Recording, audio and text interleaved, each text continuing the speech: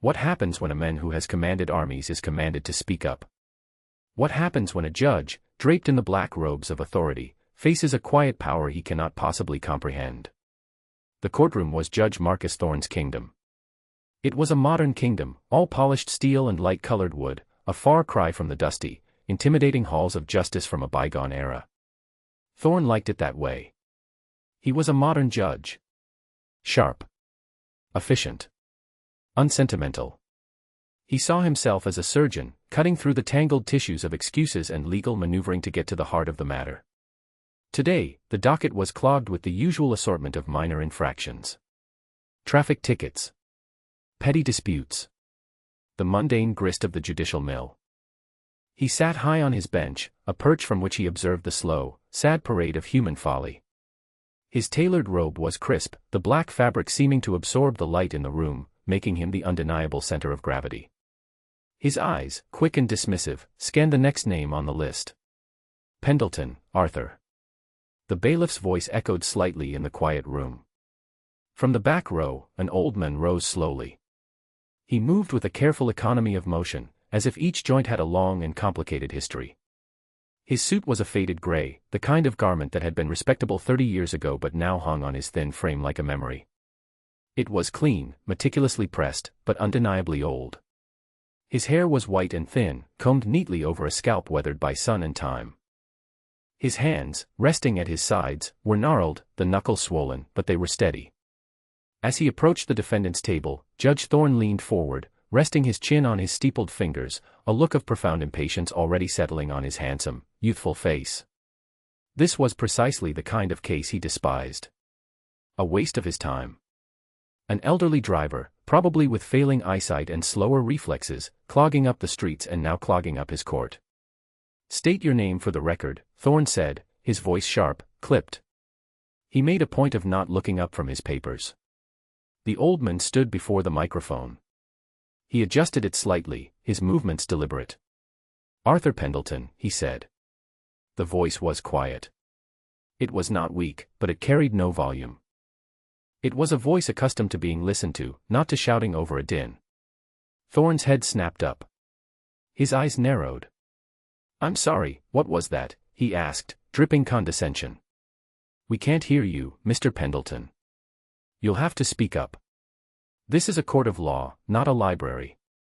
A few nervous titters rippled through the gallery. The young prosecutor, a woman with sharp ambition in her eyes, offered a small, sycophantic smile in the judge's direction. Arthur Pendleton did not seem to notice. His expression remained placid, his gaze steady. He leaned a fraction of an inch closer to the microphone. "Arthur Pendleton, Your Honor." The volume was the same.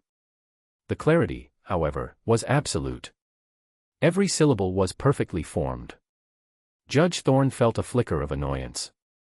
He disliked being challenged, and the old man's calm felt like a form of defiance. It was passive resistance, the worst kind. "Right," Thorne sighed, making a show of his exasperation. "Mr. Pendleton, you are here because you were issued a citation for an illegal lane change and for failing to yield.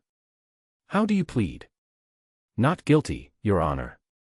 Again, the quiet, unwavering voice. Thorne leaned back, a smirk playing on his lips. This should be fun. "Not guilty. Officer Miller's report is quite clear. He states you swerved abruptly, cutting across 2 lanes of traffic without signaling, forcing another vehicle to brake hard to avoid a collision. Are you saying the officer is lying?" "No, Your Honor. I am saying the officer's report does not capture the full context of the situation." The judge's smirk widened. "The full context, I see. And I suppose you are here to enlighten us with this missing context." "I am." Thorne's patience, a shallow reservoir at the best of times, was rapidly draining. The old man's refusal to be intimidated, his simple, declarative statements, were like sand in the gears of the judge's well-oiled machine of a courtroom. "Well, get on with it, man," Thorne snapped. "We don't have all day to listen to your life story. What is this crucial context?" Arthur's eyes, a pale, washed-out blue, seemed to look right through the judge for a moment. They were calm, ancient eyes, and in their depths was a stillness that was deeply unsettling. On the lapel of his old suit was a small, tarnished pin, barely noticeable. It was a simple metal bar with a small insignia, meaningless to the casual observer. "There was a child, Your Honor," Arthur began, his voice still low and even. "A little girl on a bicycle. She had wobbled off the sidewalk and was heading into the street from behind a parked van. The driver in the lane next to me would not have seen her." "So you claim," Thorne interrupted. "Officer Miller's report mentions no child. No bicycle." By the time he arrived, the mother had already grabbed the child and taken her away. She was frightened. "I did not get her name." "How convenient," Thorne said, his voice heavy with sarcasm. "A phantom child. A mysterious, disappearing mother. A very creative story, Mr. Pendleton. Have you considered writing fiction?" The prosecutor chuckled. The judge felt a surge of satisfaction. He had him now. The old man's story was collapsing under the slightest pressure. But Arthur Pendleton did not falter. "It is the truth, Your Honor." The simple declaration, devoid of any pleading or anger, infuriated Thorne more than any outburst could have. It was the calm. The unshakable, infuriating calm. "The truth." Thorne leaned forward again, his voice dropping to a menacing growl. "The truth is that you are an old man who should not be behind the wheel of a 2-ton vehicle. The truth is you are a hazard to public safety. Your generation has a problem with authority. You think the rules don't apply to you because you've managed to live a long time." He paused, letting his words hang in the air, a public indictment. He saw the old man's shoulders, which had been unnaturally straight, seem to settle. Not a slump of defeat, but a shift, as if bracing for a familiar weight. The judge's words, the sharp, barking tone of command, echoed in Arthur's mind. They peeled back the decades like layers of old paint. Suddenly, he wasn't in a sterile courtroom. The air was not climate-controlled but thick with the humidity of a jungle, heavy with the metallic scent of fear and cordite. The sound was not the rustle of papers but the deafening, percussive roar of incoming mortar fire. He was 25 years old again, mud-caked and exhausted, crouched in a foxhole. A young lieutenant, barely out of his teens, was screaming orders, his voice high and thin with panic. The orders were wrong. They were suicidal. They would get them all killed. Arthur, then just a sergeant, had placed a steady hand on the lieutenant's shoulder. He hadn't shouted. He didn't need to. He had looked the boy in the eye and spoken in a low, calm voice. "We hold this position, sir. We do not charge." "We hold." The boy's panic had subsided, replaced by the borrowed steel of Arthur's calm. They held the position. And they lived. The memory vanished as quickly as it came, leaving behind only the faint echo of thunder. He looked at the judge, this angry boy in a black robe, and felt not anger, but a profound sense of pity. "Do you have anything else to say for yourself, Mr. Pendleton?" Thorne pressed, mistaking the old man's silence for submission. "Or are you content to stand there and waste more of this court's valuable time?" "I have said what happened," Arthur replied simply. Thorne threw his hands up in a gesture of finality. "This is ridiculous. I find your story to be utterly without merit. It is a fabrication designed to evade responsibility for your reckless driving." He looked down at Arthur, a cruel glint in his eye. "Frankly, your refusal to engage with this court in a respectful manner and your fanciful tale leads me to question your fitness. I am seriously considering ordering a full competency evaluation before we proceed." A gasp went through the courtroom. A competency evaluation was a deep humiliation, a formal questioning of one's sanity and ability to function in society. "Perhaps you are no longer fit to manage your own affairs," the judge continued, warming to his theme, enjoying the power of his words. "Let alone operate a motor vehicle." He gestured dismissively at Arthur's faded suit. "It is clear you are a man of limited means. Perhaps the state needs to step in." This was the ultimate insult. Not just an attack on his driving, but on his mind, his dignity, his very personhood. Still, Arthur Pendleton remained silent. His face was a mask of stoic calm. But inside, a long dormant part of him, the part that had faced down colonels and generals, that had made life and death decisions in the blink of an eye, was watching, waiting. In the back of the courtroom, a man named David Chen felt a hot surge of rage. Chen was in his late 40s, with a compact, Powerful build and the kind of haircut you could set your watch to. He was a retired Marine gunnery sergeant, and he was in court to contest a zoning permit for the small workshop he ran. He had been sitting quietly, observing the proceedings with the practiced eye of a man who had spent his life assessing situations and people. From the moment the old man stood up, Chen had recognized something. It was in the posture. Not just straight, but aligned. A spine that had been drilled and disciplined into perfect erectness. It was in the eyes. They weren't vacant, they were scanning, taking in every detail of the room, the judge, the bailiffs, the exits. And then he saw the pin on the lapel. He had to squint to make it out. It was small, nondescript. But Chen knew what it was. It was a presidential unit citation, but not a common one. The specific combination of a small oak leaf cluster on that particular ribbon, it designated service with a unit so obscure, so specialized, that most of the military had never even heard of it. The silent ghosts. Chen felt a jolt, as if he had touched a live wire.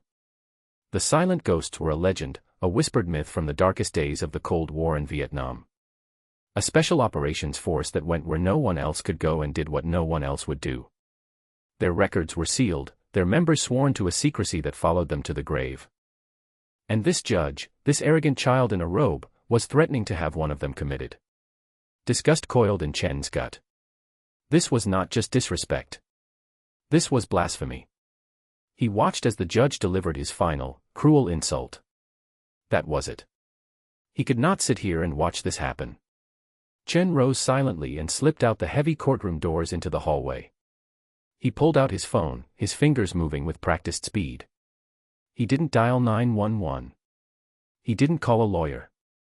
He scrolled through his contacts to a number he had been given years ago by his last commanding officer. A number he was told to use only in the gravest of emergencies. A voice answered on the second ring, professional and brisk. Fort McCullough, Command Office. I need to speak to the duty officer, Chen said, his own voice low and tight. This is Gunnery Sergeant David Chen, retired. One moment, Sergeant. There was a click, then another voice, younger, more alert. Major Evans. How can I help you, Gunny? Major, I'm at the county courthouse, Chen began, keeping his voice down. I'm witnessing a situation here. There's a civilian, an elderly gentleman, being railroaded by a judge. Sergeant, with all due respect, that's a civil matter, the major said, a hint of bureaucratic dismissal in his tone. There's not much we can. His name is Arthur Pendleton, Chen interrupted, cutting him off. Silence. On the other end of the line, the only sound was the faint hum of electronics.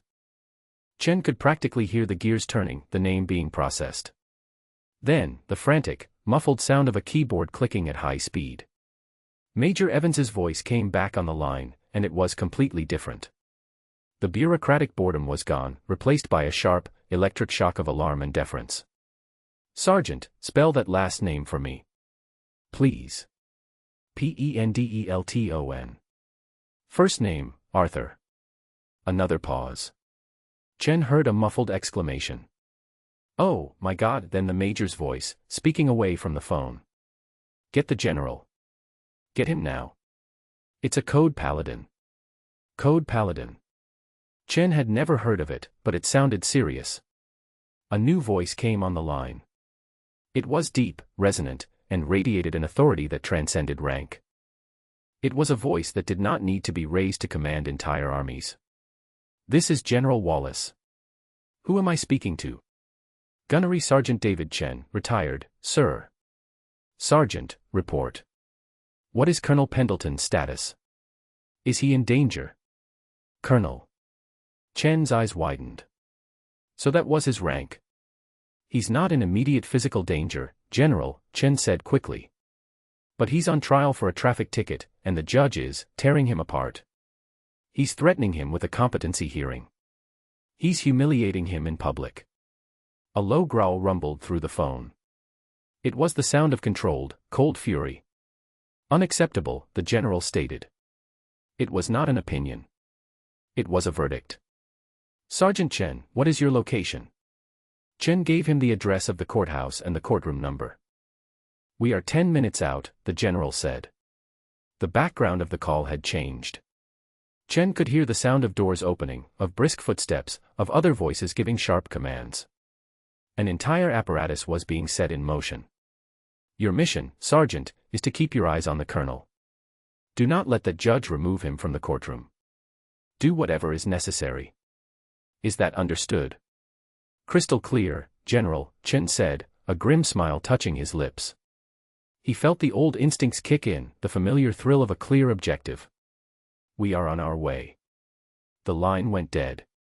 Chen took a deep breath and walked back into the courtroom, slipping into his seat at the back. He was no longer just a spectator. He was a sentinel.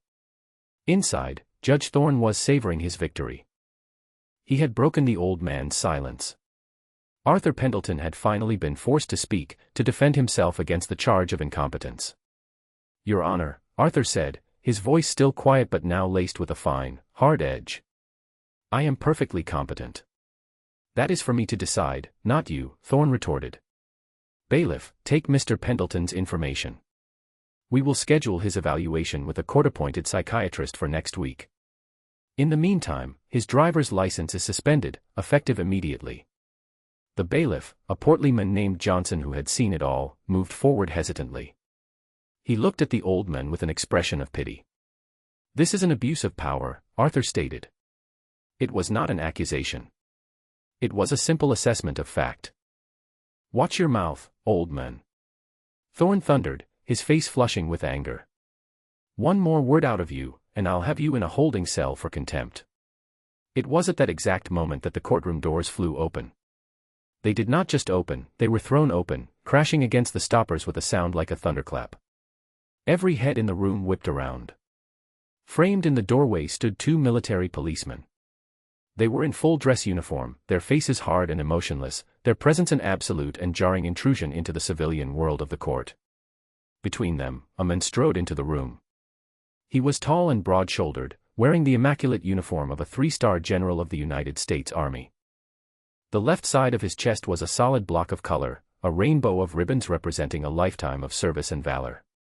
His stride was purposeful, eating up the distance down the center aisle with a speed and intensity that was mesmerizing. The entire courtroom was frozen in stunned silence. The prosecutor's mouth hung open. The bailiffs stood rooted to the spot, their hands hovering uncertainly near their sidearms. Judge Marcus Thorne shot to his feet, his face a mask of outrage. What is the meaning of this? He demanded, his voice cracking slightly. This is a court of law. You have no jurisdiction here. I demand you identify yourselves. The general did not even glance at him. His eyes, sharp and focused like a hawk's, scanned the room for a single second before locking onto the frail, gray-haired figure standing at the defendant's table. His expression of cold fury instantly melted away, replaced by one of profound, absolute respect. He strode past the prosecutor's table, past the stunned bailiff, and came to a halt directly in front of Arthur Pendleton. In the dead silence of the room, the general's heels clicked together with a sound as sharp and final as a rifle shot. He raised his hand in the crispest, most flawless salute Judge Thorne had ever seen. It was a gesture of utter deference, a subordinate reporting to his commander. Colonel Pendleton, sir, the general's powerful voice rang out, filling the room. General James Wallace reporting. I apologize for our delay. Arthur looked at the general. A faint, weary smile touched his lips. He gave a slight, almost imperceptible nod of acknowledgement. At ease, James. You're making a scene. Judge Thorne finally found his voice. Colonel. What is this nonsense? This man is a civilian defendant in my court. General Wallace lowered his salute but did not turn to face the judge immediately. He kept his attention on Arthur. Sir, are you all right? Has he harmed you? I'm fine, James. Just a misunderstanding. Only then did the general turn his head. He did not turn his body, just his head, a deliberate, dismissive gesture. He pinned Judge Thorne to his high-backed chair with a gaze of pure, undiluted ice. A misunderstanding, the general repeated, his voice dangerously soft. Judge, you have been publicly disrespecting, threatening, and humiliating a living national hero. He took a step toward the bench, and Thorne physically recoiled. This man, who you have called incompetent, the general began, his voice rising with each word, is Colonel Arthur Pendleton, retired. He is the recipient of the Distinguished Service Cross for his actions at the Battle of Ia Drang. He holds 2 silver stars for gallantry, one from Korea, one from Vietnam. He has a bronze star for valor. He has a Purple Heart with 4 oak leaf clusters, meaning he was wounded in combat 5 separate times and returned to the fight each time. The general paused, letting the weight of the words sink in. The courtroom was so quiet you could hear the blood pounding in Judge Thorne's ears. He was the founder and first commanding officer of a special operations unit so secret, its existence is still classified. The strategies he developed in unconventional warfare are literally the foundational texts taught to every officer at West Point and Annapolis today. Presidents have sought his counsel. Generals like me, learned everything we know at his feet. The general's gaze swept over the stunned faces in the gallery, then returned to the pale, trembling judge. His voice dropped again, becoming intensely personal, filled with a raw emotion that cracked its military precision. And on a personal note, Judge, in 1968, this man crawled through a wall of fire to drag my father, a downed helicopter pilot, from a burning wreck. He carried him a mile on his back to a medevac point, saving his life. He was recommended for the Medal of Honor for it. He looked back at Arthur with reverence. He turned it down. He told the citation board, "I was just doing my job, Your Honor," the general said, his voice now filled with a quiet, lethal contempt. "You are not fit to wipe the dust from this man's shoes." The edifice of Judge Marcus Thorne's authority did not just crack, it shattered into a million pieces. The black robe suddenly looked like a cheap costume. The gavel on his bench seemed like a child's toy. His face, which had been flushed with angry power, was now the color of ash. He sank back into his chair, utterly speechless, a hollowed-out man. The whispers in the gallery had ceased. They were replaced by a silent, collective awe. People were slowly getting to their feet, not out of any official requirement, but out of a spontaneous, irrepressible wave of respect. Phones that had been recording the old man's humiliation were now recording the general's speech with a sense of historic reverence. In the back, David Chin stood ramrod straight, a single tear tracing a path down his weathered cheek. The bailiff, Johnson, a veteran of the First Gulf War, looked at Arthur. His face was a mixture of shame for his inaction and overwhelming pride. He took a half-step forward and, with a motion that was rusty but deeply felt, he snapped to attention and delivered a salute of his own. General Wallace was not finished with the judge. He started to take another step toward the bench, his expression hardening once more. But Arthur held up a hand.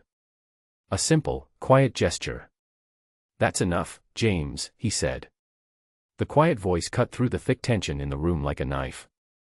The general immediately halted, his anger visibly receding under the colonel's soft command. Arthur turned his calm, pale blue eyes toward the broken man on the bench.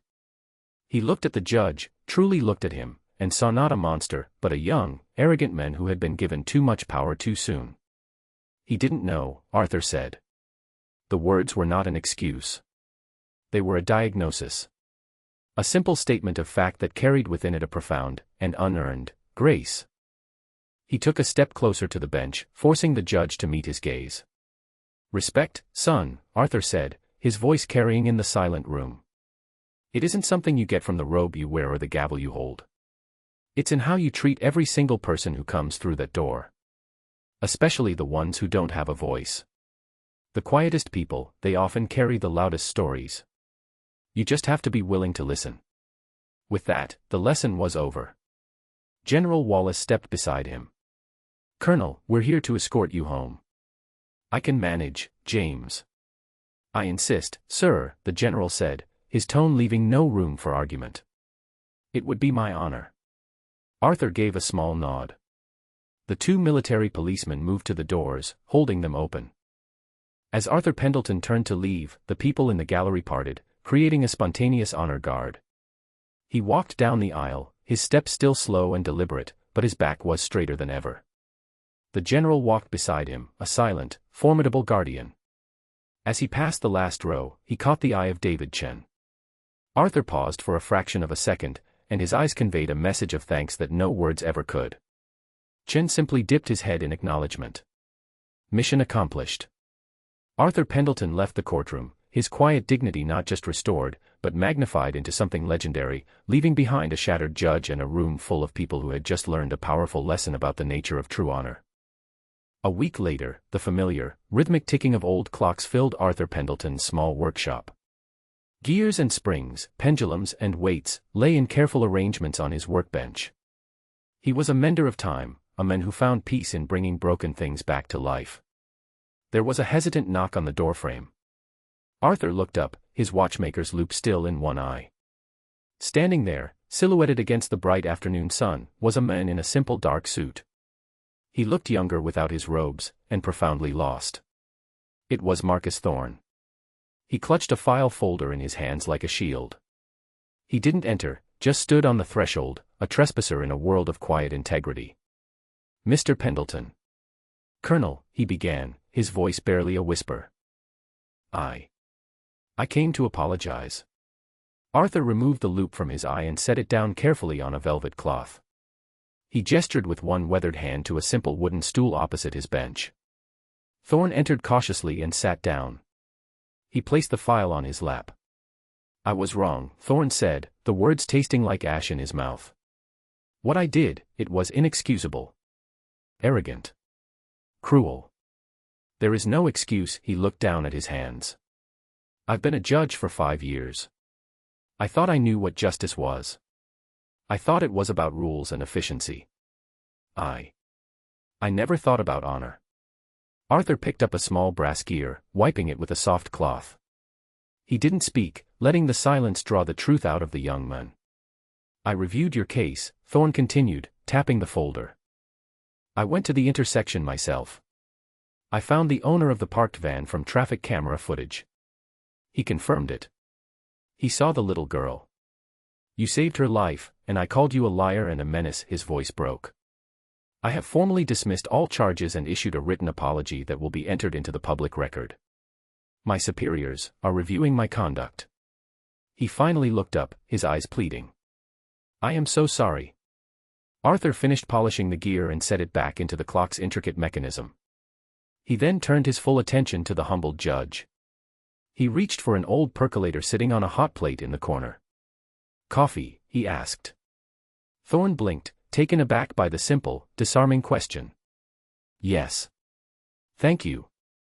Arthur poured the dark liquid into 2 thick ceramic mugs, the aroma of coffee filling the small workshop. He handed one to Thorne. Their fingers brushed for a moment. Thorne's hand was trembling slightly. Arthur's was as steady as granite. They sat for a long moment, the only sound the gentle ticking of a dozen clocks, all beating in their own time, yet somehow creating a peaceful harmony. Finally, Arthur spoke. "That robe is a heavy thing to wear, son," he said, his voice as quiet and steady as ever. "It's supposed to be. It represents the weight of other people's lives. Don't let it get so heavy that it blinds you. Don't let it make you forget that underneath every defendant's file, there's a human being. With a story." He took a sip of his coffee. "Everyone who walks into your courtroom is fighting some kind of battle you know nothing about. Your job isn't just to judge them. It's to see them. You just have to be quiet enough to do it." The story of what happened in Courtroom 4B became a quiet legend in the state's legal community. Judge Thorne was not disbarred, but he was formally censured. He returned to the bench a different man. A quieter man. A better man. He championed a new initiative, a mandatory training program for all judicial officers on interacting with veterans and the elderly, emphasizing dignity and respect above all else. It became known as the Pendleton Protocol. And sometimes, when a defendant stood before him, old, poor, or frightened, speaking in a voice too low to hear, Judge Thorne would not bang his gavel. He would lean forward, quiet the courtroom, and with a patience he had learned at a great cost, he would simply say, "It's all right. Take your time. I am listening."